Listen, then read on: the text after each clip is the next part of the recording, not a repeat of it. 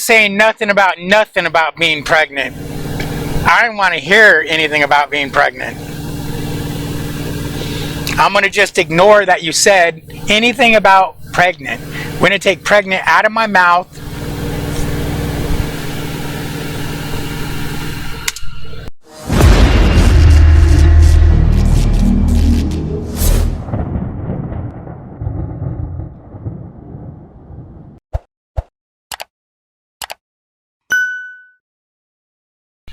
Like, comment, subscribe. Ring the bell. Hey, you know that Facebook? We got a page, Trucking with David H. Come on over, say hi. It's free. Ring the bell, it's free. Subscribe, it's free. Come on, subscribe. You know you want to subscribe. I want you to subscribe. Subscribe. Warning. The views expressed in this video are not meant to offend anybody. These videos have been collected from various platforms. We don't have any rights over these videos. These videos are my reactions and opinions. If you are really sensitive, this channel may not be meant for you. Okay, we got Eric from Driveline. Used to be Driver's Lineup. Anyways, it looks like he's going to be talking about lease purchase trucks. I guess lease purchasing at Prime. I'm not sure. Haven't watched the video.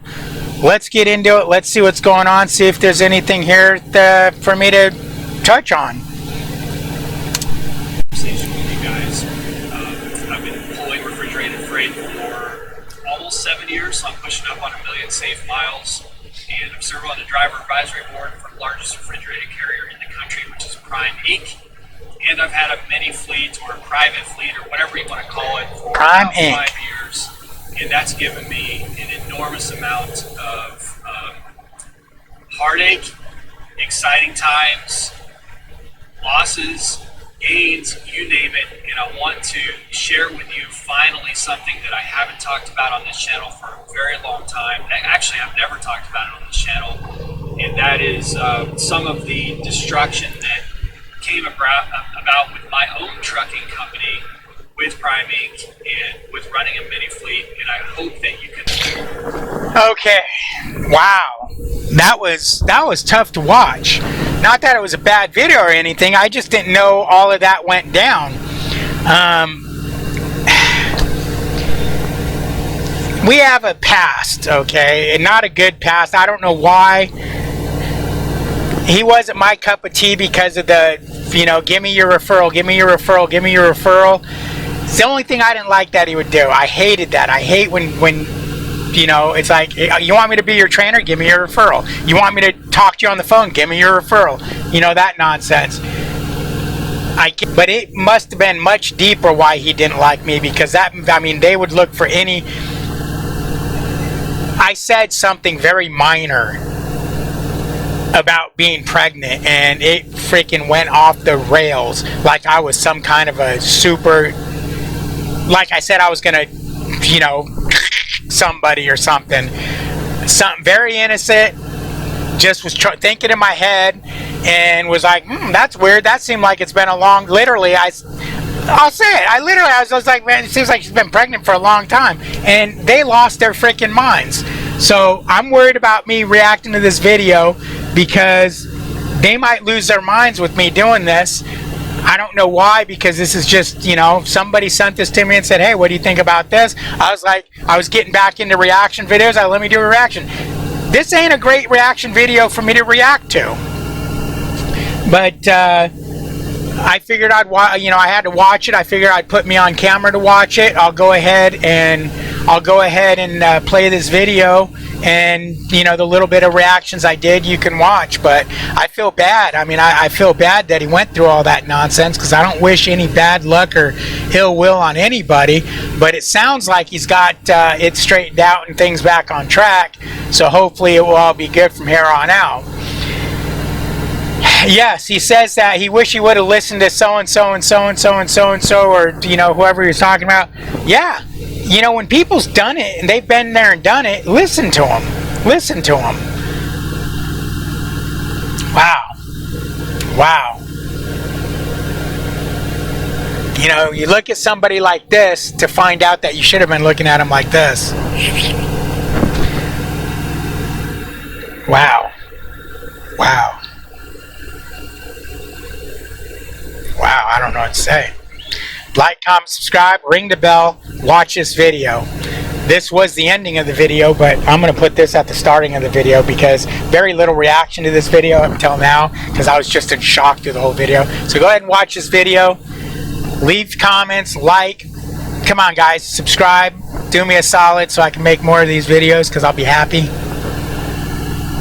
How do you turn this damn thing? See, I'm so used to doing lives on. My phone. I don't know how to turn this damn thing off. I click that to shut that off. How do I turn the camera off?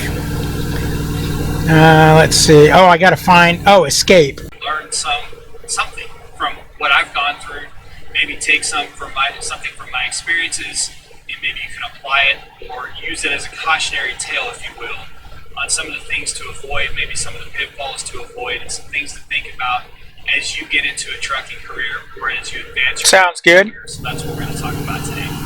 But to give you guys some backstory for those who don't know, I began my trucking career pretty close to 7 years ago. And after I got my CDL and upgraded, my wife got on the truck immediately. She rode with me for, I think, about 6 months, and then she decided to get her CDL. So we were a team. Yeah, it's kind of like what happened with me and my wife. My wife got on the truck, rode with me for a while, and then she got her CDL. So far similar. And it was about 7 years ago. Probably the most opportune time over the last couple of decades, and that is that we were a married team truck when COVID hit, and freight went bananas. Freight went berserk, and I'll tell you guys, in refrigerated freight, there was no better place to be than a married team couple during COVID, because there was a lot of high-val freight, a lot of specialized freight that had to move during that time. And in refrigerated freight, they really like married couple teams to be running this high-val freight. So as you can imagine, my wife and I, both being CDL, both being a team truck, we had a lot of opportunity. We had so much opportunity that we were just constantly trying to push, and basically we could run whatever we wanted, whenever we wanted, at whatever rate we wanted, and it was... At whatever rate you wanted? You got to pick how much you got paid at Prime? I didn't. Me and Melissa didn't. We had to run the freight for what they offered it to us for. We were running a lot of the medical high-val stuff as a team truck, but there was never one time they asked us, what do you want to run that rate for? It always was, they always sent us a proposal. Hey, this is what we got. This is how much it pays. I don't ever remember being able to them saying, hey, what do you want to run it for? Not until after I left Prime. Once I left Prime, then I got a lot of companies, what do you want to run for? What do you want to charge us to run this freight? But not at Prime, at least for us. Quite an amazing time. Now, at the time, we got quite ambitious, as so many others did in the trucking industry during that time. Obviously, I mean, there still is way too much capacity from that time, because so many new drivers that come in, so many new carriers that come in. And by the way, a carrier can be one or two trucks. A carrier doesn't mean like Prime, which is thousands and thousands of trucks. A carrier could be any size. But a lot of new carriers came into the industry, a lot of new drivers came into the industry. They saw all this money that was being made, all this freight, all the rates going nuts, and capacity just went absolutely crazy. Rightfully so at the time, understandably so. There was a gold rush in trucking, right? So everybody was just flooding in. The opportunity that we saw because of the scenario was that we can then start expanding, bringing more trucks into play. And at the time, that made perfect sense. We did it. We had this YouTube channel, and we were able to put drivers in these trucks, and everything was great until it wasn't. And there were a couple things that were said to me at the time that I really should have listened to. I wish that I would have listened to, and they're still applicable today. But even when freight and rates and volumes and everything was booming back then, they were very much applicable then, and I didn't listen. I'm just having a moment. Well, I remember when Eric did all this. Before he goes too much farther, I wonder if he's going to talk about what I think he's going to talk about. One of the things that a lot of guys did back then is they grew way too fast. COVID money was coming in. Boom, let's just buy a truck. Boom, we got that, let's buy another truck. These trucks at Prime are not cheap. They're not cheap at all. So to get a bunch of trucks and then put a driver in them, and you pay and to pay the driver good enough to where they'll drive for you and not just say, hey, I'm gonna just stay at Prime, your profit margin's very small. So I'm betting he said he grew too fast.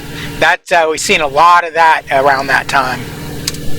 Honesty here with you guys. I think I've said it before on this channel, you know, sometimes, especially when things are really good, you think that they're going to continue being that good and you'll be able to maintain whatever you're in. Yeah. That isn't always the case. That's right. So the number one thing, and I get asked this all the time, probably every week, should I start a fleet? What advice would you give me if I'm looking at adding a second truck or a third truck or a fourth truck? If I want to start building a fleet of my own, what are your thoughts on this? And the number one thing that I was told back then by someone who I trust and by someone who has more than 10 trucks running still to this day. 10 trucks, huh? And by the way, I know quite a few drivers. I've got quite a few friends that are running 5 or more trucks. Okay, so I know a lot of private fleet owners, both in the Prime world. So if you know a lot of private fleet owners, if you took their advice, things should have been okay.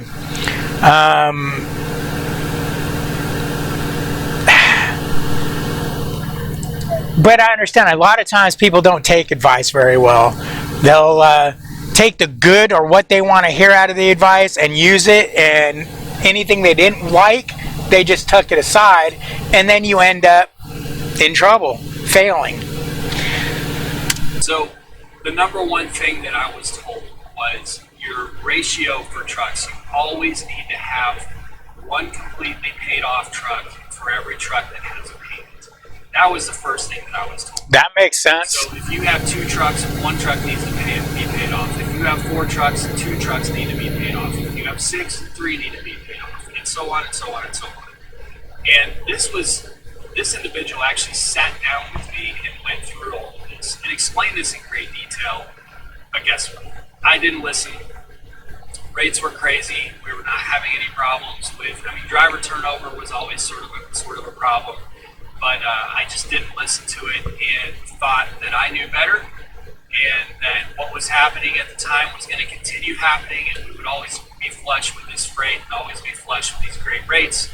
And that wasn't the case. So I went out there and started building a fleet, and at one time, at the height of my fleet, I had 4 trucks. Okay, 4 trucks, all with payments. Oh, all with payments. Payments all in with APU. Now they're way crazier now, but at the time, I think I was pushing up on, I want to say close to about $5,000 a week in just truck payments. So that would my God, $5,000 a month in truck payments. Okay, so again, that was with no truck paid off. So I didn't have any truck without payments. That was 4 trucks, all the payments. $20,000 a month just in payments. Now, when Jen and I were running as a married team, it was okay because we could cover pretty easily any deficiencies or any problems or any chain reactions that can cost you dramatically because we were a team truck. However, we got pregnant, and I was so you lose your shit when you say we got pregnant. I ain't saying nothing about being pregnant. I didn't want to hear anything about being pregnant. I'm going to just ignore that you said anything about pregnant. We're going to take pregnant out of my mouth.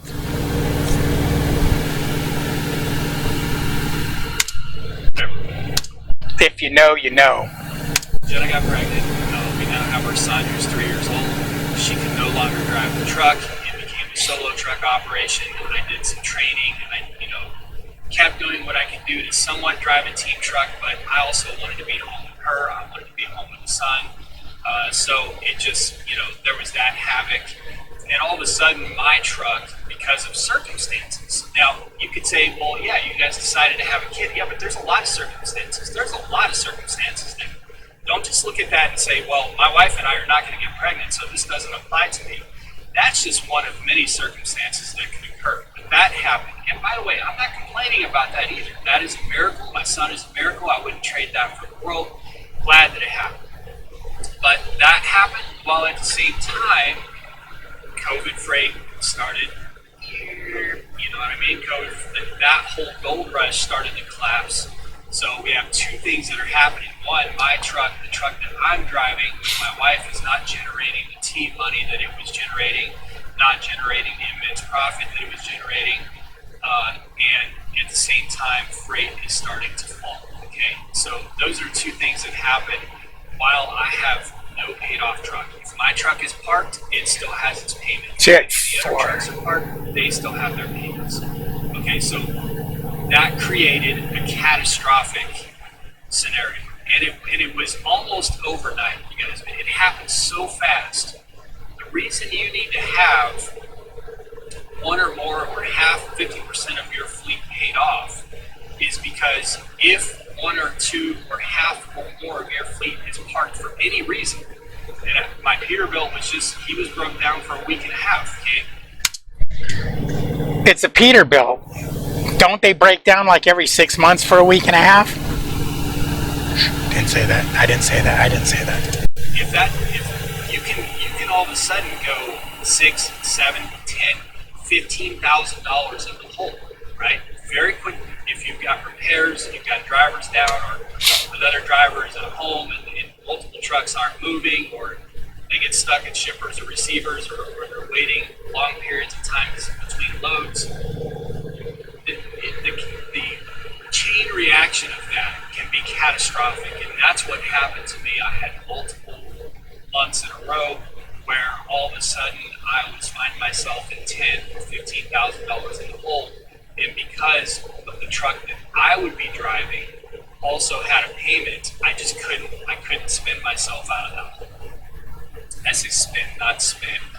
So that is the number one thing that I didn't listen to, and the number one thing that caused me havoc. The second thing is I made the mistake of getting out of my truck because I just wanted to be home. I just wanted to be home.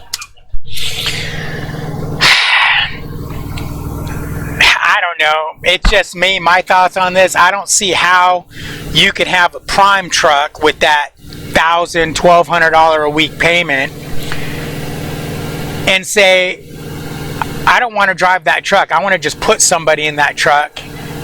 Let's just pretend like it's one truck. Let's take all the other trucks. But if you bought one truck at Prime and said, I'm not going to drive it, I'm going to just put somebody in that truck, there's no way that truck's going to make enough money to sustain the truck payments, repairs, sustain your lifestyle.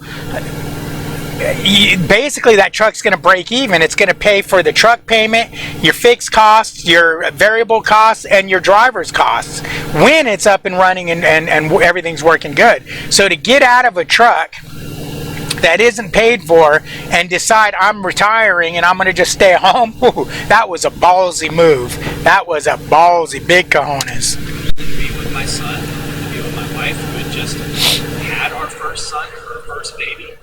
And as anyone would. I just wanted to be there and be supportive and be a father. And so I wasn't in the truck for a good 7 or 8 months. Now, I did work a local job at the time. I was a yard dog in San Antonio.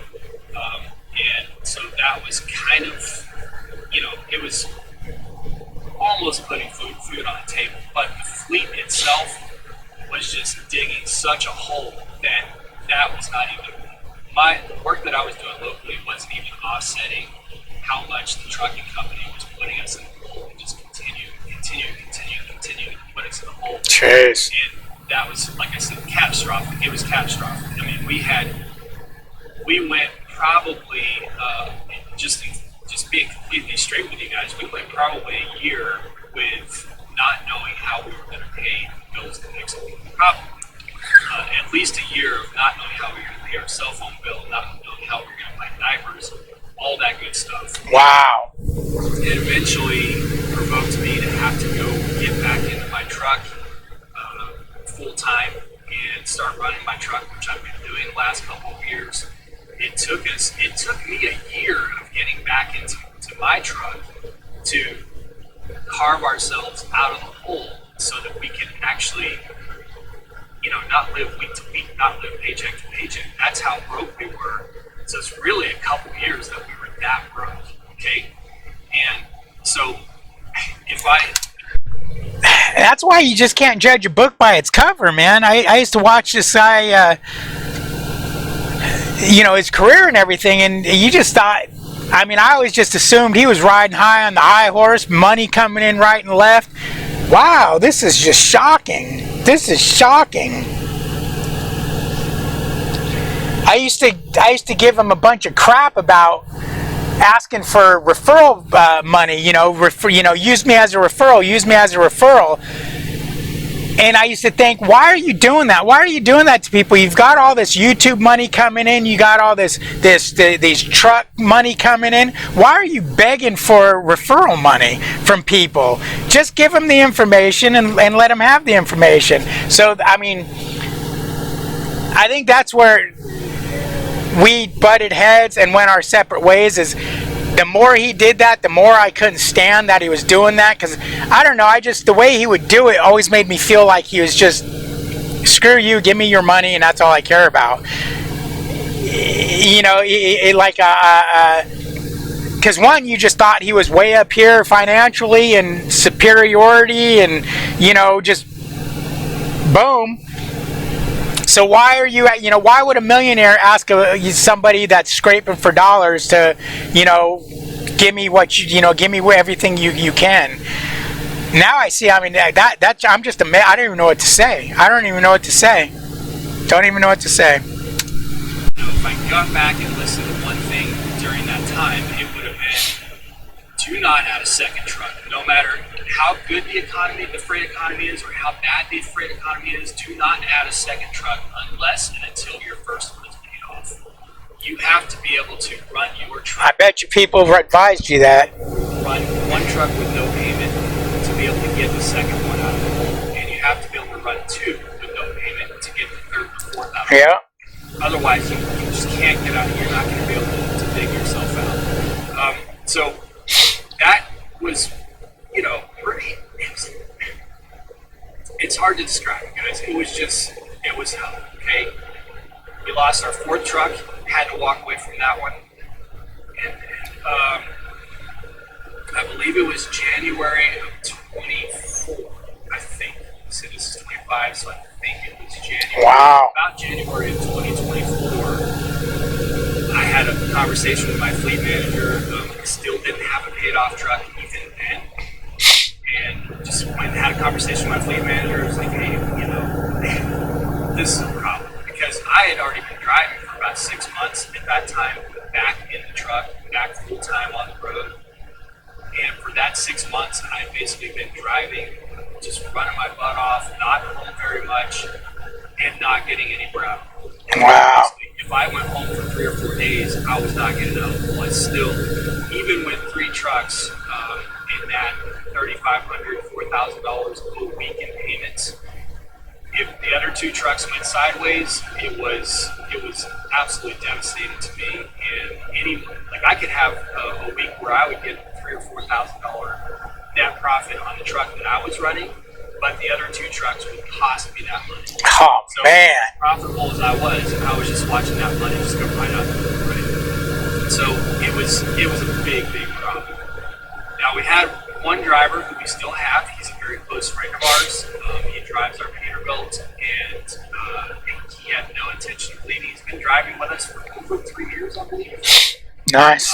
And very much trusted him. He's been learning freight lanes. He cares for our equipment. He cares for our business. He's very much, we think alike, and we give him pay raises when that's possible, and we take care of him when that's possible, and then he takes some sacrifices and some hits for us because he knows that that's what's going to make it all possible for him. It's set up really hard for 4 or 5 weeks, maybe 6 weeks. You're going to get to go home for a week, not just 3 or 4 days.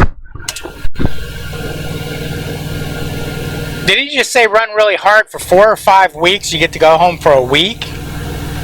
So that is a company driver. You get 1 day off for every week you're out. I guess that's about a day and a quarter off for every week you're out. No, man, I couldn't do that. I go home every 2 weeks. Now I've been going home every 3 weeks for a week. Wow. But I understand. That's the only way you're going to make money when you've got a big ass high truck payment like that. You gotta run that truck for 6 weeks at a time. Not a traditional company driver we have. So it's a great setup. So we had him, but in the other truck, we had the problem of just constant driver turn.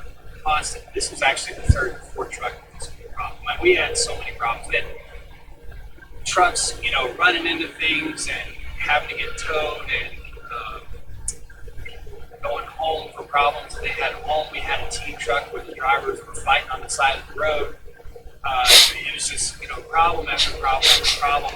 And that third truck just never once. That third truck, which was the 300 Cascadia, the silver one, I love that truck. Hated having to turn it in. But that third truck never even broke even. I think we had that truck for about a year, and not once did it ever even break. Wow. Not once. I mean, there may have been a week or two, but if I looked at it for the whole week, or the whole year, if I kind of went and looked across the entire year, and just looked at all of its income, all of its costs, it's profit and loss, basically. That truck lost money for the entire year. Because what you have to consider, and a lot of folks who are... I'm just speechless. Business, what they don't consider is having to switch a driver is not a 2-day event. You somehow get in your head that, okay, well, if one driver tells me they're going to quit, but I've got another driver lined up that can go jump into that truck, that is not a 48-hour scenario. The first driver who's going to quit is going to take that truck to the terminal.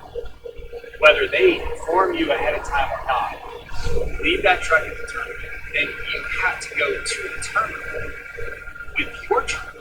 And you have to be parked there for at least a week to get that truck cleaned up, have any issues that are on the truck dealt with, get it ready for the new driver, and then wait for the new driver to be routed and show up.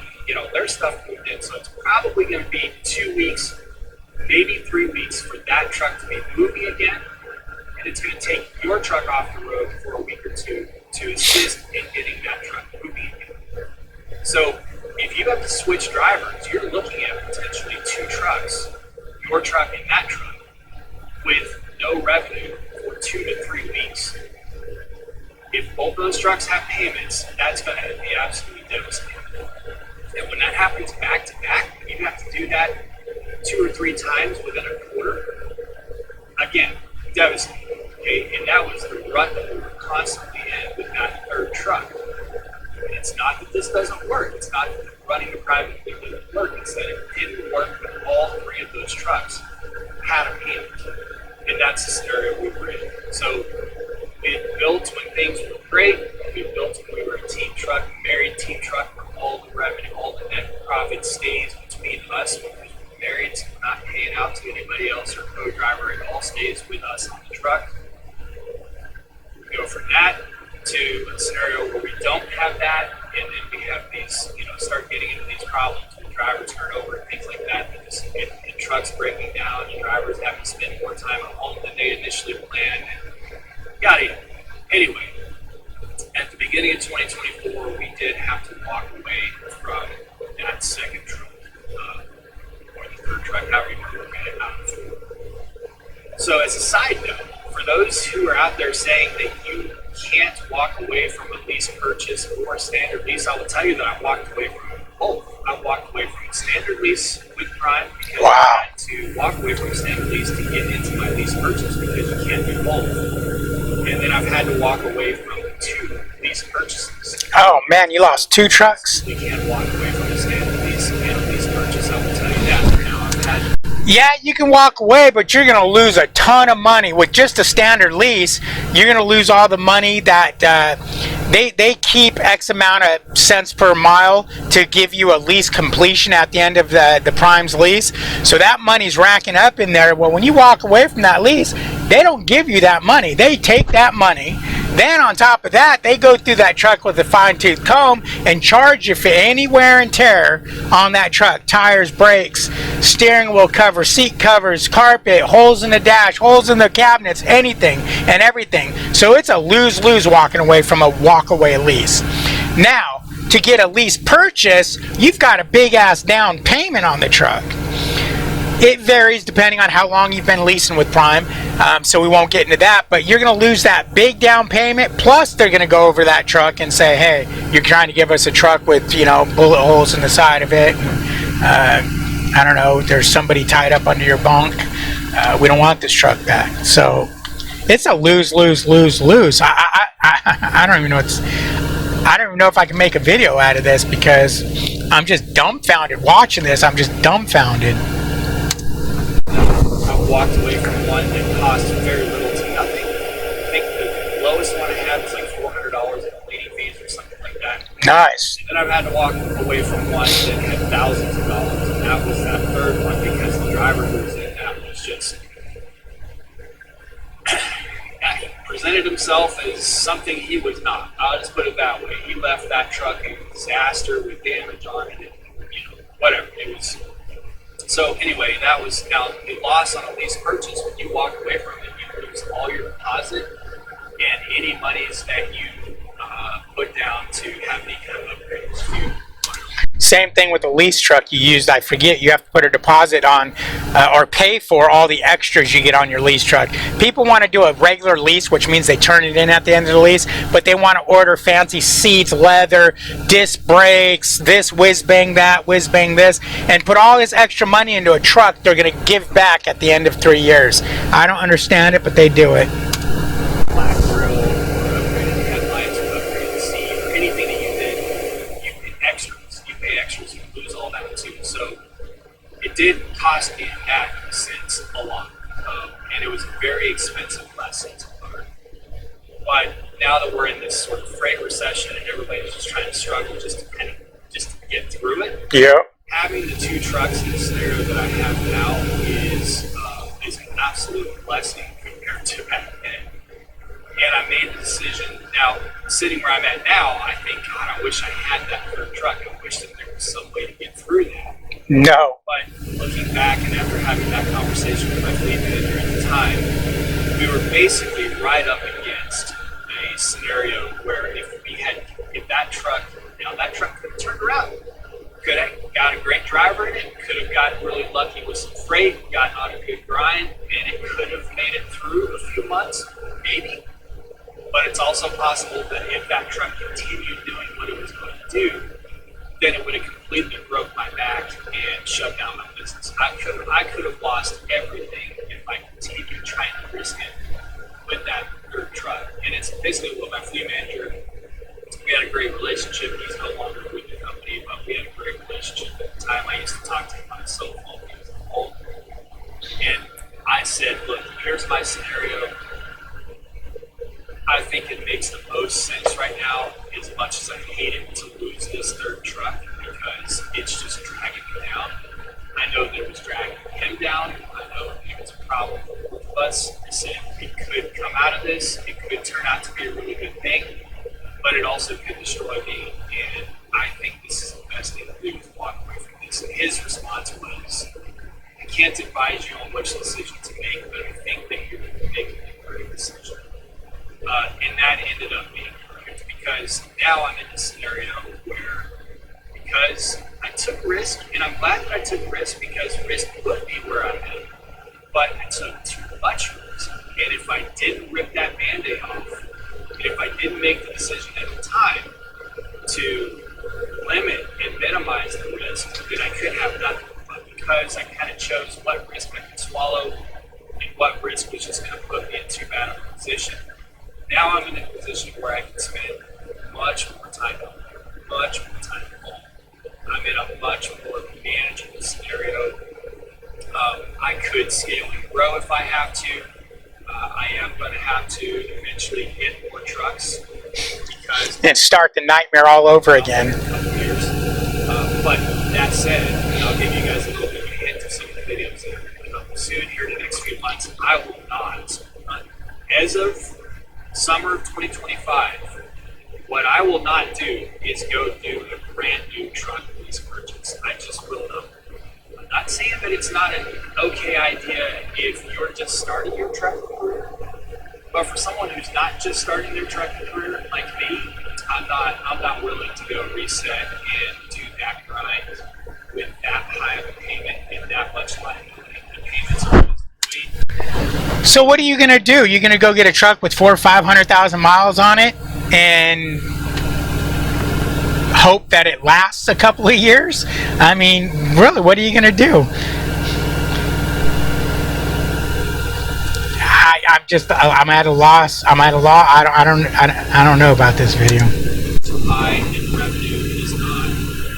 revenue is not increasing. It's true. In any way to match those payments. So It's true. while I'm looking and making some moves to expand or at least keep trucks that are not timed out, I'm not going to do a brand new lease purchases. So again, that's not me telling you guys lease purchase is a bad thing with Prime.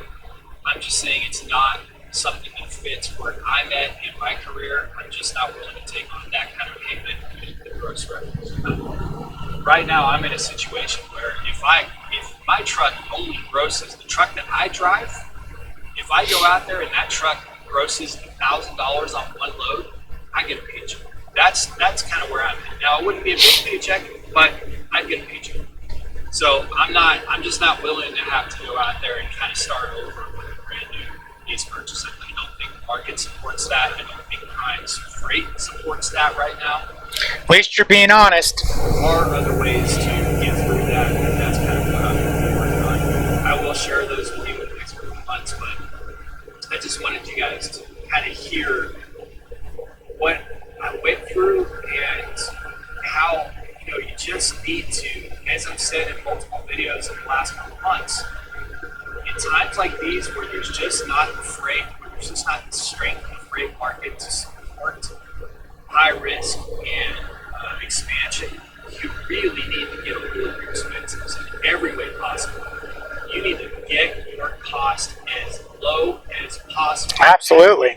If I can give you one piece of advice right now on how to survive the current freight market, do whatever is necessary to get your cost as low as possible. And I'm talking about subscriptions to things like Paramount or whatever. Like, just go through every single line item of anything you spend and get your costs as low as possible and put as much money in your pocket as possible in these times. If you've got things that are just absolutely eating the shit out of your money every week, this is going to be a really hard go. So that's kind of how I'm glad that I made that pivot last year. I hated to make that pivot. It's a hit to your pride as a father and as a husband and as someone who's out there on. Never let pride mess with your money. Never let pride mess with your money. Sometimes, I don't know, man. I don't know. I used to always say, I never let pride get in my way, because I ain't even going to get into all that. But yeah, never let pride mess with your money or your family. So you have to make a decision like that. It was a hit to me personally because I love that truck and I loved what we were doing and I love having this fleet that I could really just kind of nerd out with and tinker with and build. And to have to make a decision as painful as that was just still hard to swallow to this day. But I'm so glad that I did, and I'm in such a better position now than I would have been if I just hadn't that things will get better and I'll be able to get through it. So I don't know if you get anything from this. Hopefully you can. I just wanted to update you guys on that and get that off my chest and share it with you.